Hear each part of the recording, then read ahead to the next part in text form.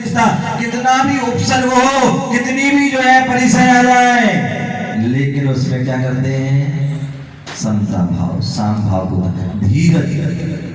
धीर भाव को जो धारण करते हैं। और ऐसा गंभीर, कभी आपसे किसी ने पूछा, अब भैया बताइए, आपको बताना है कि हमारे आपके जो है साधु होते हैं, जैन साधु होते हैं, और उनके नाम के पीछे जो है सागर लिखा होता है।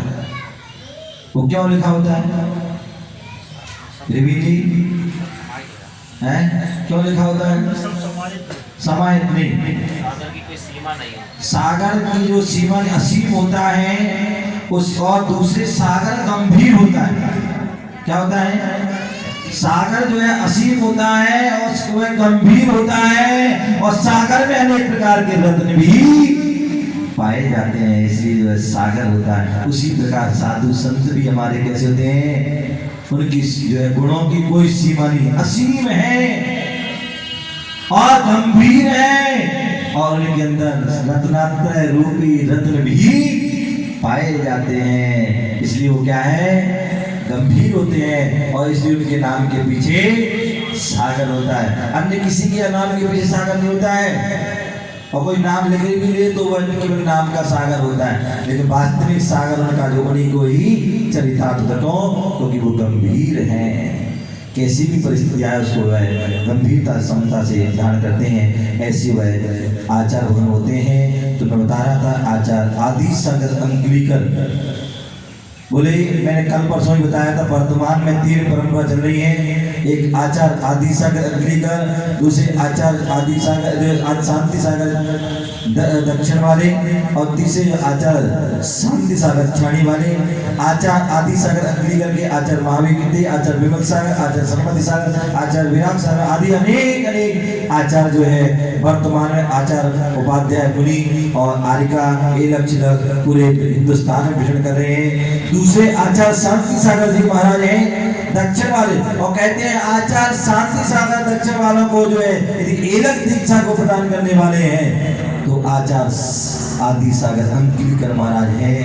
चारित चक्रवर्ती में उसका उल्लेख मिलता है कि आचार्य आदि सागर अंकिलकर ने जो है आचार्य जो शांति सागर महाराज को जो है झुल्लक दीक्षा दी, एलक दीक्षा।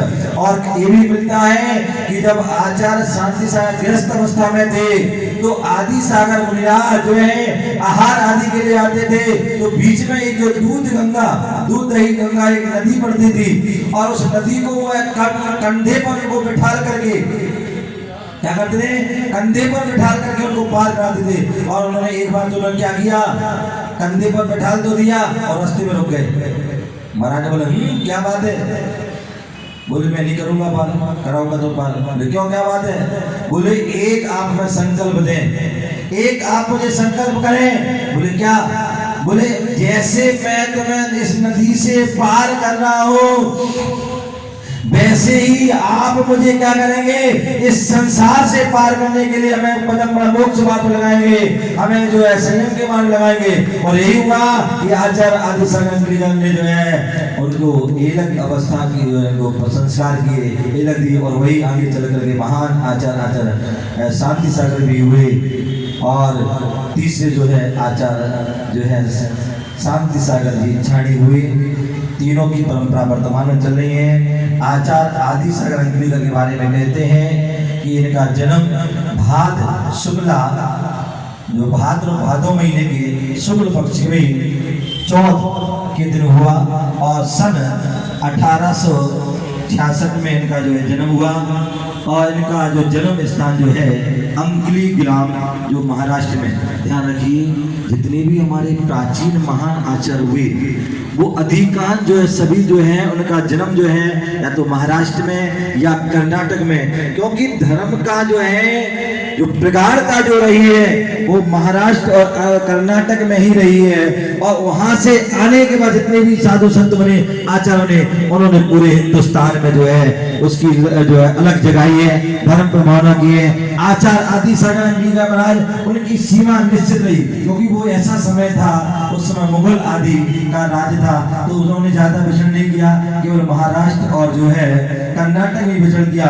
लेकिन आचार्य शांति सागर ने जो है उन्होंने आगे कदम बढ़ा बढ़ाया और उन्होंने पूरे हिंदुस्तान में कि जगह जगह पर जाकर के बोले आज यदि मुनिराज जो है विचरण कर रहे हैं पूरे हिंदुस्तान में, अन्यथा मुगलों ने तो जो है उन पर रोक लगा दी थी, सरकार ने रोक लगा दी थी कि ये जो दिगंबर साधु हर जगह विचरण नहीं कर सकते हैं। लेकिन आचार्य शांति सागर महाराज ने अनेक दिनों तक उन्होंने अनशन किया, उपवास किए और तब जाके उनको पूरे जो है संविधान की उससे जो है छूट मिली कि वह कभी भी कहीं पर भी जा सकते हैं। ये आचार्य शांति सागर जी महाराज की और अनेक लोगों को उन्होंने दीक्षा देकर के अपने जो है मोक्ष मार्ग लगाया।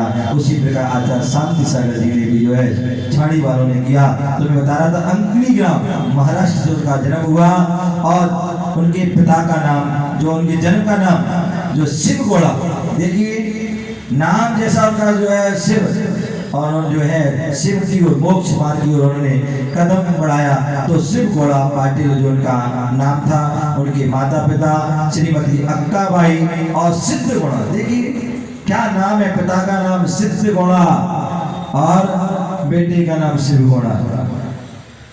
ऐसे जो पिता होते हैं संस्कारित होते हैं, उनसे ही संस्कारित पुत्र होते हैं। और चुल्लक दिशा सन 1906 ईस्वी में जो है नांदनी ग्राम में जो हुई और महावीर स्वामी जिनबप्पा जो है भट्टारक आदि उनके, क्योंकि उस समय तक जो है भट्टारक होते थे, भट्टारकों के माध्यम से उन्होंने दीक्षा ली और उसके बाद स्वयं उन्होंने निर्दोष मुनि व्रत का पालन किया। मुनि जो है जो मुनि दीक्षा हुई उनकी मार्ग शीर्ष शुक्ला 1800 जो है संवत जो है 1836 में और सन 1900 जो है 63 में सिद्ध क्षेत्र कुंथलगिरी वह क्षेत्र है जहाँ से देश भूषण और कुलभूषण मुनिराजों का मोक्ष हुआ है। ऐसे उस सिद्ध मुनि के उनकी सामने उनकी प्रतिमा के सामने उन्होंने जिन दीक्षा ली, क्योंकि उस समय कोई मुनि नहीं थी, तो उन्होंने उनको साक्षी लेकर के उनसे दीक्षा ली और दीक्षा लेकर उन्होंने अपने उन महाव्रतों का निर्दोष रूप से पालन किया। और आज का वह अनेक देशों अनेक जो है ग्रामों में, नगरों में, शहरों में और महाराष्ट्र और कर्नाटक प्रांत में जो है विचरण किया और धर्म की प्रभावना की। अनेक जो है साधु संतों को दीक्षा दी और उनके जो प्रमुख शिष्य जो हुए आचार्य महावीर कीर्ति महाराज, आपके बगल के ही जो जिला है फिरोजाबाद में जन्म हुआ है, मैं भी गया था वहाँ स्थान जन्म स्थान में देख के आया हूँ। उन आचार्य महावीर कीर्ति महाराज जिन्होंने फिरोजाबाद में जन्म लिया और उन्होंने फिरोजाबाद में जन्म लेकर के आचार्य महावीर कीर्ति महाराज जो है आदि सागर जी से मिले और उनसे मुनि दीक्षा ली।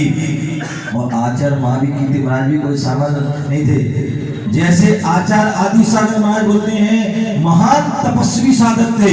बोले 7 दिन बिल्कुल कंटिन्यूस उपवास करते थे और 7 दिन में एक बार भोजन करते थे और वो भी एक वस्तु का। यदि उन्होंने जो है कोई भी मतलब छुआरे लिए तो छुआरे ही पूरे आहार और दूसरा कोई वस्तु नहीं लेते थे। यदि कोई भी चीज उन्होंने कद्दू लिया तो कद्दू उन्होंने खाया और दूसरी कोई वस्तु नहीं ली और 7 दिन बाद पुनः फिर जो है उपवास आदि करते थे। ऐसे वह महान तपस्वी महान साधक घंटों दिनों तक लोग कठिन साधना करते थे। ऐसे वह आचार्य आदि सागर अंकलीकर महाराज ने अपने ज्ञान के माध्यम से अपने तप के माध्यम से उन्होंने जो है साधना की। और आज जो फागुन कृष्णा त्रयोदशी के दिन सन 1944 में ऊदगांव जो है कुंजमन है, वह भी जो है कोल्हापुर के पास है। और आचार्य जो है आदि सागर अंकलीकर महाराज की पट्ट शिष्य महावीर कीर्ति महाराज हुए और उनकी पट्ट शिष्य आचार्य सरस्वती सागर जी महाराज फपूतू वाले जो हमारे एटा जिला में अभी मैं वहां पर भी होके आया। ऐसे महान तपस्वी महान साधक जो वर्तमान काल में इतने महान साधक जो कोई आदि सागर के बाद हुए तो वही हुए फपूतू वाले। तो उन्होंने जो है दीक्षा ली और उन्होंने जो उस ऊदगांव कुंजवन को इतना चमका दिया कि वहां पर आचार्य आदि सागर की प्रतिमा आदि भी जो है बहुत अच्छे जो है मनोहर वहां पर चित्र बनाया है। तो ऐसे आज के दिन वह समाधि हुई थी और समाधि जो है प्राप्त हुई थी। उन्होंने अपनी साधना के उस लक्ष्य को प्राप्त किया था। कहते साधु संत जो है अपनी साधना करते हैं जीवन भर और उनका लक्ष्य कहीं रहता है, यही रहता है अंते समाधि मरणम, अंत में हमारा समाधि मरण हो। हम सभी भी यही पढ़ते हैं दिन रात मेरे स्वामी भावनाएं भाऊं और देहांत के समय में तुम उनको ना भूल जाऊं। उन्होंने ये भावना को भाया ही नहीं, अपने जीवन में उन्होंने चरितार्थ किया। साधु जो है समाधि को जो है धारण किया, और जो साधु समाधि करता है वही जो है क्या करता है, आगे चल करके जो है वर्तमान में मोक्ष तो नहीं जा सकता है। यदि व्यक्ति उत्कृष्ट समाधि करता है चतुर्थ काल में तो उसी भाव से मोक्ष जा सकता है, लेकिन पंचम काल में समाधि करते हैं तो 2-3 भाव, 7-8 भाव या अधिक से अधिक 32 भाव में जो है मोक्ष जाते हैं। बोले इसलिए हमें प्रत्येक जीव को जीवन का अंतिम लक्ष्य हमारा संलेखना होना चाहिए। साधक की साधना का चरमोत्कर्ष है वह संलेखना है, साधक की संपूर्ण साधना का निचोड़ संलेखना है, जीवन का अंतिम जो है सोपान है वह संलेखना है। संलेखना पूर्वक मरण करना जो है आत्मघात नहीं है, आत्महत्या नहीं है, यह तो जीवन को पवित्र बनाने की जो है